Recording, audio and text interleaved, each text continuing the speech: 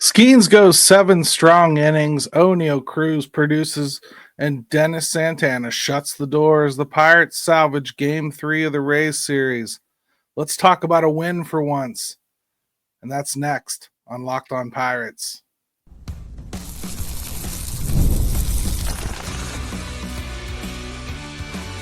You are Locked On Pirates, your daily Pittsburgh Pirates podcast, part of the Locked On Podcast Network, your team every day. Thanks for making Locked On Pirates your first listen every day, part of the Locked On Podcast Network, your team every day. Paul Skenes was dominant, folks. 7 innings, 1 unearned run, 102 pitches. He straight up played stopper today for the Pirates, and man, did they need it. A 4-2 victory against the Rays. I would say a 4-2 victory in which your starting pitcher gives you 7 innings and only gives up 1 run unearned. You should probably not feel like it was as difficult and hard-fought a victory as this one wound up feeling, but that's what's going to happen when you have a shaky bullpen and an offense that scratches together a few runs here and there. We'll talk about the offense. We're going to talk about the bullpen. But we're going to start out talking about Paul Skenes. He had just about everything working. Saw him use the 2-seam a lot less today. He had talked openly about kind of scratching the curveball off of his list of pitches that he was going to use here today a lot. Still worked in a couple of them. I think he just couldn't help himself. All around, positive baseball game. First 2 things really I want to put a bow on Skenes and his performance, though. The guy ambushes him early in the game. Yandy Diaz gets a hit. And the next time that the guy sees him, let's just say it isn't going to look the same. And I don't mean he overthinks it or starts trying to do things outside of his character. I just mean if the first pitch was a fastball and you jumped on it, next time it's going to come in 101 and it might be near your ear or at least up near your hands. You'll get a sweeper over the plate. Something that really throws you off. To be this skilled and this smart, well, that's what makes him different. He wanted to get deeper into games, and in an effort to do so, he didn't record his first K for quite some time as he was seeking contact. It was just a machine-like start from Paul Skenes. Exactly what you want, exactly what this team needed. He spoke to it after the game about how hard it was for him to watch them lose like that. The kind of weight of responsibility he felt on his shoulders about this contest. It's probably not fair to pile on a second-year guy the way that this team has to, but they have to. They put themselves in this position. Paul Skenes is unquestionably their best player. He's going to lead the way. He's going to lead the thought process in that room, and when they win and he's out there, 9 times out of 10, it's going to be because of things he did. So appropriate that he feels that way. It's nice to see him step up in a big situation like that. It's really all we've ever seen him do. I mean, think about the fact that we are now almost a full year into watching him pitch for the Pirates. And I can't count more than one game where he kind of looked out of sorts. And I'm including even his debut where he wasn't great. I mean, he was good, but he wasn't great. I mean, he had a really short outing, struggled to find the strike zone an awful lot in that one. Everyone else struggled to find the strike zone in that one too. So maybe had something to do with the weather and that umpire that day. But I digress, because for the most part, Paul Skenes has been untouchable, unhittable. And the Pirates haven't won nearly enough of his games, honestly. For as well as he's pitched, he deserves to have more wins. Started correcting that today. Really, really solid outing from him and his teammates. They supported each other. Paul Skenes stepped up, stabilized the ship. And when we start talking about the offense in segment 2, I think what we're going to find is that the offense kind of got past a situation early in the game that you really could have very easily just said, oh, here we go again. But something crazy happened. They hit with runners in scoring position. Exactly what Paul excels at not allowing to happen to himself when he's pitching. He does such a good job of shutting things down.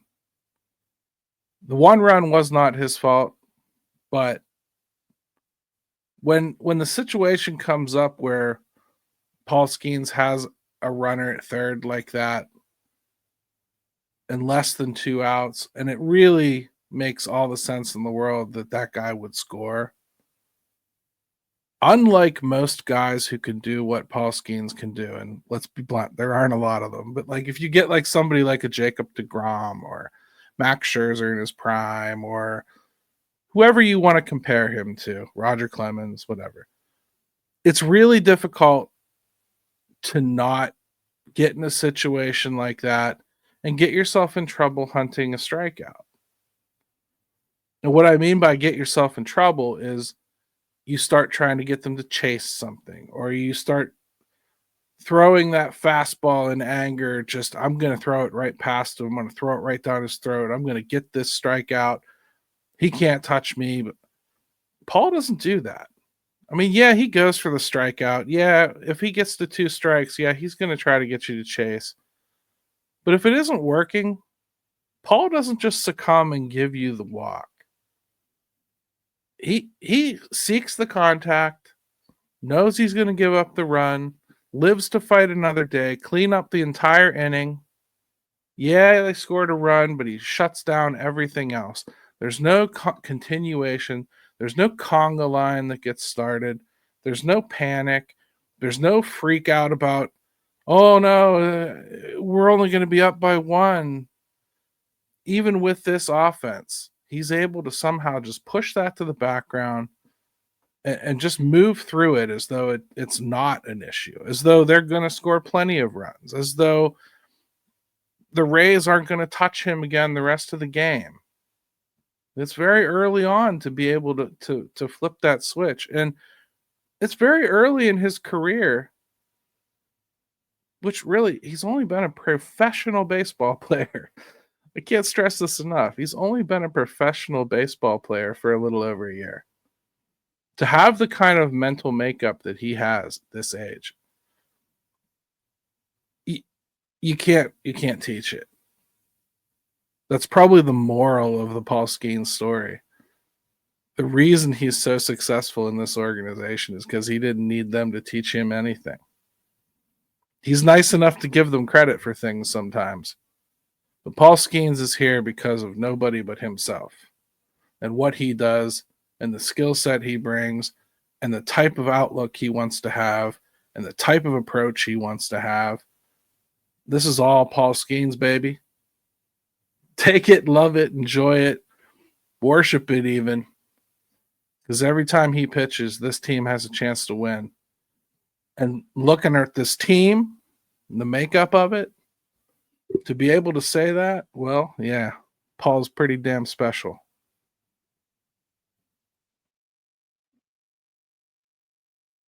Did you ever check your bank account and wonder, where did all my money go?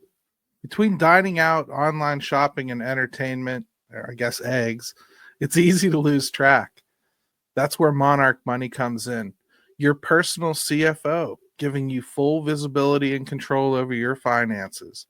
Monarch Money isn't just a budgeting app. It's a complete financial command center.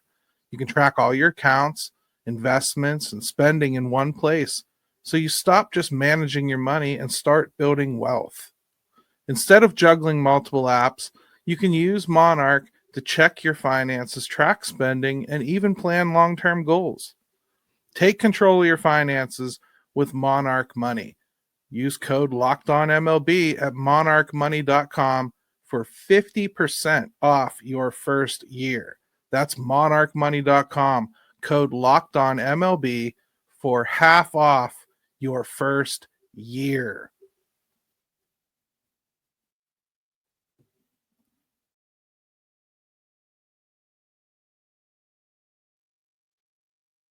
All right, welcome back to Locked On Pirates. Please subscribe to the show so you don't have to rely on me finding you on social media to tell you when the show's going to be. I'm trying to keep it pretty consistent. It's been coming out at the same time every day, so you should get into some kind of a routine with it. You everydayers are already there. Do the subscribe thing. Make it easy on yourself. Make it easy on everyone else. Make it easy for when social media decides to crash for no reason. You can find it all the time because you subscribe to the show. You can do that anywhere you listen to podcasts, Apple, Spotify, any of them. And YouTube, of course. I'm always going to be here just in case you need to look at my ugly mug. The offense produced. That's the story of today. What did we say early on in the season? 4 runs is going to be a magic number for this team. They score 4 runs, they ought to win with this pitching staff, at least if the formula that they think they had is correct. It hasn't been. So today they score 4 runs. O'Neal Cruz was the offensive player of the game for sure. Home run opposite field. It barely cleared the wall, but he hit it 108 miles an hour. So he didn't run right away. Probably thought he really tagged it. But the wind was doing some weird things today in Tampa. And so it barely cleared the wall. Yes, you'd prefer him to run. But there's not another living soul on that baseball team that could have hit that change up away that hard and that far opposite field. You take what you get with Cruz. And you take what you don't get with Cruz. You hope that he learns to be a more complete package as things move on. But I'm sorry, what he does offensively is just too special. You have to deal with it. You have to deal with the shortcomings. You have to deal with what he isn't because of what he is. I'd also like to address an elephant in the room. You can criticize O'Neal Cruz without being a racist. You have to. You have to be able to criticize him. He's a good baseball player. And you know why he gets blamed for doing things that other guys don't get blamed for? Because he's better than all those guys. It's just like watching Evgeny Malkin do something stupid on the ice. It's something that 5 other players did not 10 minutes ago. And you don't say a word about it. But when Evgeny Malkin does it, you raise holy hell. Well, why is that? Because Evgeny Malkin's a better player than all those other guys. And you expect better out of Evgeny Malkin. Does that mean I'm racist against Russians? No, it means I'm critiquing a player that I think has skills to do better than he's doing. We've got to get away from this sort of thing when we're talking about sports. It's sports. Are there people like that out there? Sure. Ignore them like all the other trolls that you would ignore. But we cannot get to the point where we can't criticize a player. Okay? If O'Neal Cruz makes a bad play, we need to be able to point it out. It doesn't need to be a social commentary on anything else. It's O'Neal Cruz playing baseball. That's it. Does he look aloof sometimes? Yes. I mean, like, you got to stop. You got to stop doing it. It's making it caustic to even discuss baseball. 2 big knocks with runners in scoring position today. One by Adam Frazier and one by Andy Rodriguez. Both were significant. The Frazier hit came after the team nearly squandered a leadoff triple from Brian Hayes, who hit the ball well today and only got 1 hit. Point is, it looked like another one of these leadoff triples that somehow doesn't come around to score. in the making. Adam Frazier came through big, you know? A lot of us didn't want him on the team, me included. A lot of us didn't understand his signing, me included. But Adam Frazier has done pretty well filling in here for Gonzalez. I'm not saying that he's murdering the ball. He's not. But a couple timely hits. He's made some really nice defensive plays at second base, especially ranging to his left and doing that 360 spin to first. He's so good at that. He's always been good at that. It's one of the reasons he was a Gold Glove finalist once here in Pittsburgh. Andy Rodriguez, almost of equal importance. Runner gets on, gets to second base, and he winds up driving him home for that key insurance run late after the bullpen had looked like it's going to falter again. If you didn't watch this game, Jack was 1 for 4, and you probably would shrug looking at the box score. Typical game for Jack, not too bad. If you did watch it, Jack struck out 3 times, looked bad doing it, and came through late to get on and score that big insurance run. All in all, that's an okay day at the office for Jack. It's obviously not what you want. You got it. You want him to cut down on the strikeouts, but let's backtrack to last year a little bit, because a lot of Jack's problem was they told him in the off season after 23 heading into 24 that they wanted him to come back with a completely different approach at the plate and really try to cut down on the strikeouts. And it made him impotent. It made him completely incapable of doing anything at the plate all season long. This year, they told him, hey, listen, we don't care so much about the strikeouts. Let's just get you back to what you were doing. That's not going to make Jack a perfect player, but it might make Jack a serviceable player that you need to have in your lineup a lot. A guy that can run into the ball. It's imperative on a team that doesn't have a lot of guys that are going to run into balls. Hasn't come through with power yet, but he is getting on base. He is slapping the singles every once in a while. He's playing okay defense. All in all, Jack is not one of the biggest problems this team has. And it's good for him to go through a day like today, get those couple strikeouts, get a big base hit, score a big run at a big important time in the game. It's what you want to see. Beggars can't be choosers. You need to take offense when you get it, whether it comes from somebody who's perfect or not. Andy Rodriguez hit some balls hard on top of his running and scoring position victory. Much more comfortable when he's catching, I think. It's safe to say anyway early on. Tommy Pham walked a couple times, did nothing else. The ball just does not have a lot of giddy up on it when he does make contact. I mean, he's hit some line drives out to the outfield, but they're very standard depth outfields. They're very much atom balls, or at least balls that are high enough that the guy has time to get to it. Not a lot of threatening hits. Batting average is really bad for Tommy Pham. Derek Shelton continues to bat him somewhere in the middle of the order. The only reason that it's understandable is because who has really stepped up and said, I deserve to be in the middle of the order, coach? Not too many people. Might be time to start thinking about Isaiah Kiner-Falefa at leadoff.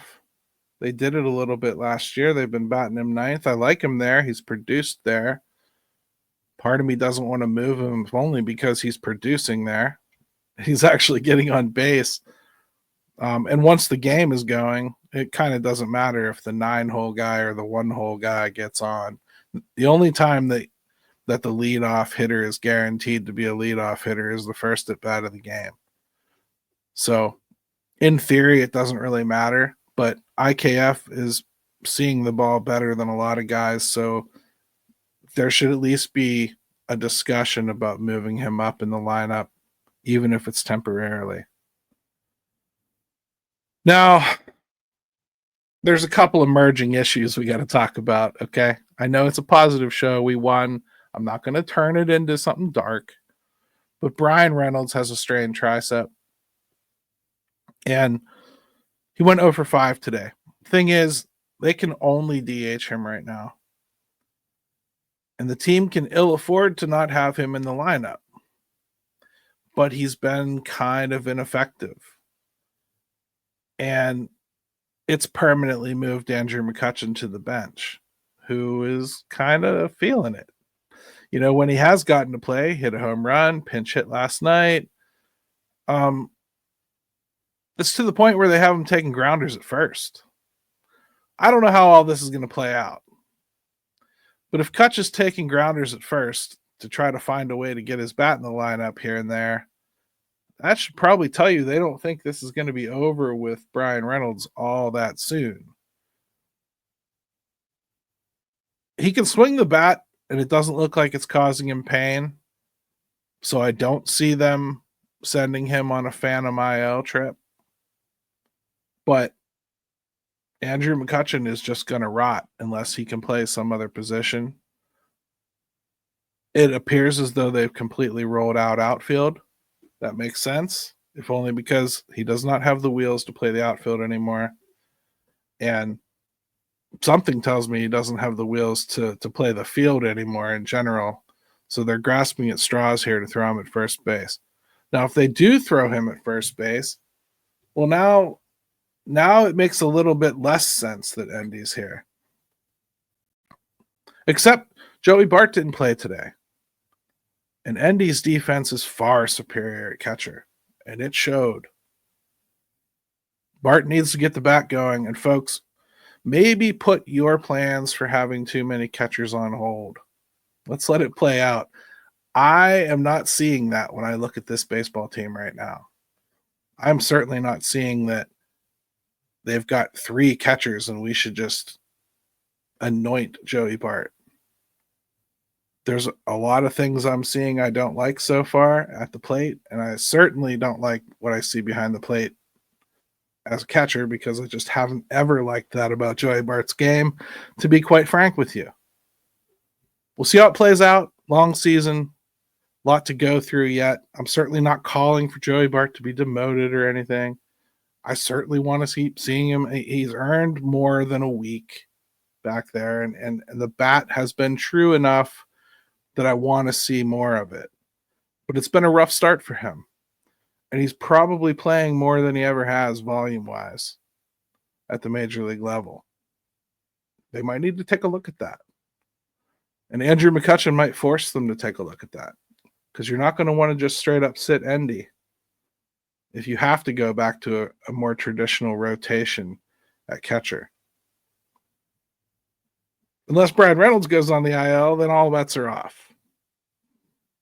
Let's take a break and come back and talk about what was still bad today, at least in part, the bullpen.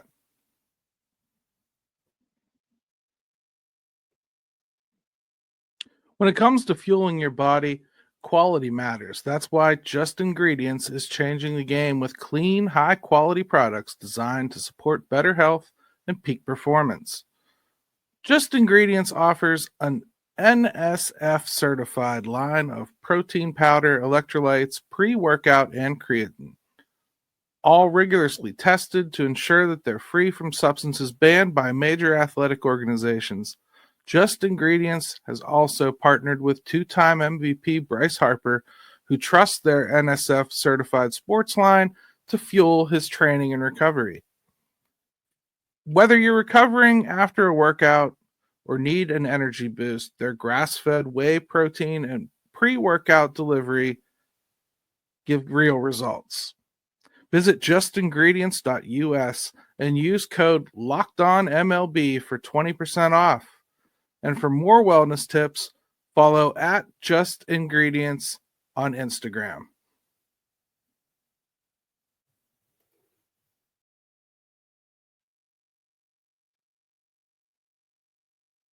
Looking for a snack that's both delicious and nutritious? Crack into a good source of protein with Wonderful Pistachios. Wonderful Pistachios is one of the highest protein nuts. Each 1 ounce serving has 6 grams of protein, giving you over 10% of your daily value. Plus, they're packed with fiber and better for you unsaturated fats to help keep you feeling fuller longer. I love them when I'm on the golf course. They really help me get through 18. I wish they'd help my score a little more, but I certainly feel like I have a little more energy by the time I get done, which is always a good thing. So get snacking and get cracking with the snack that packs a protein punch. Visit wonderfulpistachios.com to learn more.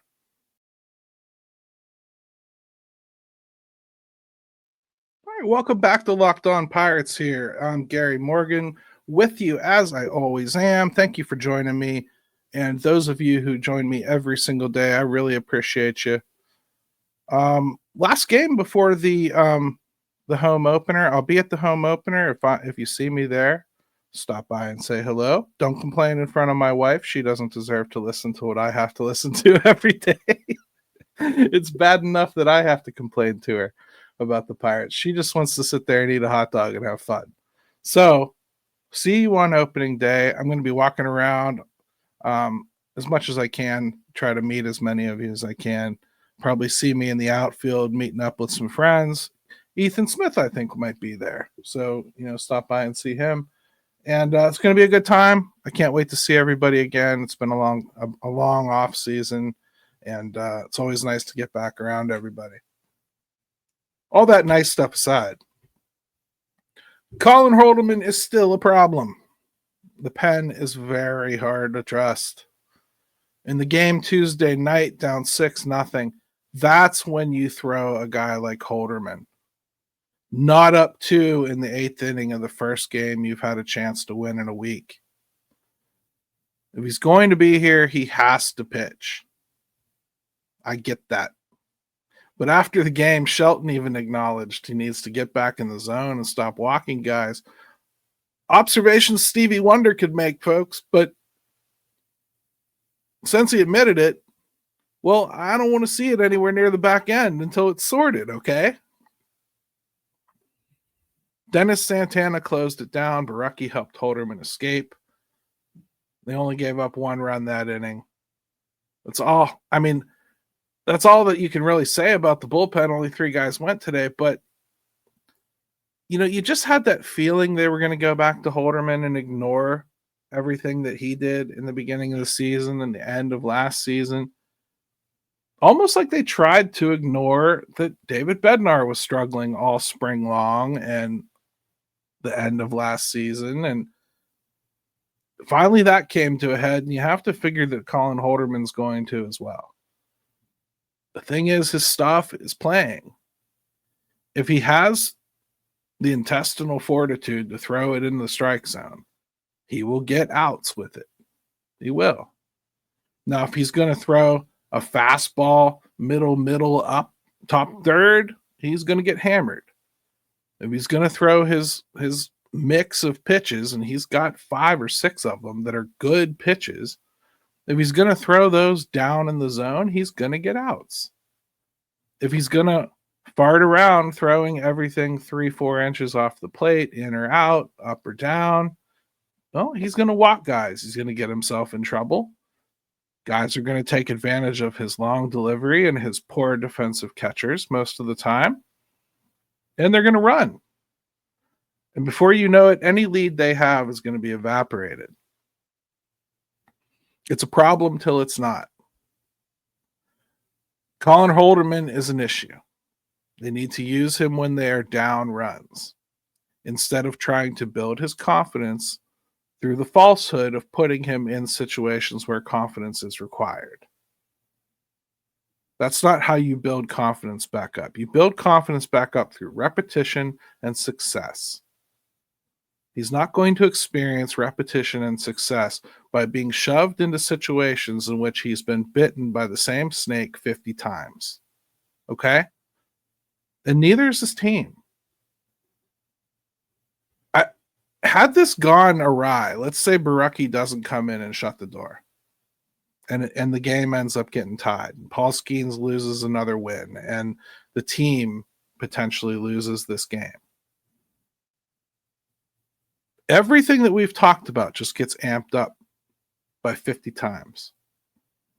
It would have marked 3 games that Derek Shelton directly lost by stubbornly putting guys in a position that he knew they weren't capable of handling, only to fritter the game away. Again, I want to stress this. When you have a Colin Halderman on your team and you're not going to demote him, you want to try to work through whatever he's going through with him. You have to use him. But you don't have to use him in the same situation that you used to use him when you trusted him. There's a lot of people that are acting like Colin Halderman has never been good. It was just last year, for the vast majority of the season, where Colin Halderman was unhittable. Unhittable. His metrics didn't change, people. He's just throwing some of his pitches in worse places, getting hit, and missing the strike zone and setting himself up for trouble. There's a good pitcher in there. I don't know if it's going to be discovered at the major league level. I know that I don't want to watch it be discovered in the 8th and 9th inning of games in which the Pirates really and truly need to do everything in their power to win. Folks, that back end right now is Borucki and Santana, and it needs to stay that way. They had Borucki up, to their credit, from the first pitch they had Colin Halderman throw. I don't know if that's because they were expecting problems or because there was a couple lefties due up. But that seems like a good policy, at least, to have in play whenever you're going to throw him. Now, let's just take it the extra mile and make sure it's not in one of those innings in the first place. Paul didn't give you a lot of choice today. It's going to be the 8th or 9th with the way he pitched. But last night was a perfect example. 6-0. That's when you throw him. Does it screw him up because he's used to protecting a lead? Well, I'm sorry, Precious. You ain't been protecting leads. So you don't get to just continue to pretend you are. You throw Colin Halderman into games like that. You throw Colin Halderman into a game where the starting pitcher blows up and it's the 5th inning and you need somebody to come out and stop the bleeding. Maybe he doesn't stop the bleeding. But I'd rather watch him suffer a few runs and make it 8-0 as opposed to fritter away a 4-2 victory. They've got to start coaching for now, not coaching for feelings. They got to start using guys for what they are, not what they're supposed to be, not what you thought they might do. You've got evidence now as to what they will do and have done. And until you see that change, you can't change. You can't put them back in those same situations. Even if David Bednar figures it out in AAA, you can't bring him up here and plop him right back in the closer role. In the back of my head, though, guess what I think they'll do? There's changes that have to come to this club. I don't think we're going to see them this season. But these are the types of things that, in my mind, ultimately get a coach fired. Not mindlessly uttering his record to me for his career as though the team didn't intentionally give him 300 of those losses. You know what I mean? They tried to stink on purpose, man. I'm not going to slap him for that. I will slap him for losing a game in a season like this because he stubbornly decided that he had to make somebody feel okay and pitch them when they're supposed to be. That's not an adult way to manage a baseball game or a baseball team. I'd like to see the team grow up. I don't know if they're going to with a starter coach. That's all I got. I'll be back tomorrow. I might even do an extra episode this week with opening day being on Friday. I think it'd be fun to cover that. So I'll probably do an extra show on Saturday. But should be good. Should be fun. Till then, stay locked, everybody.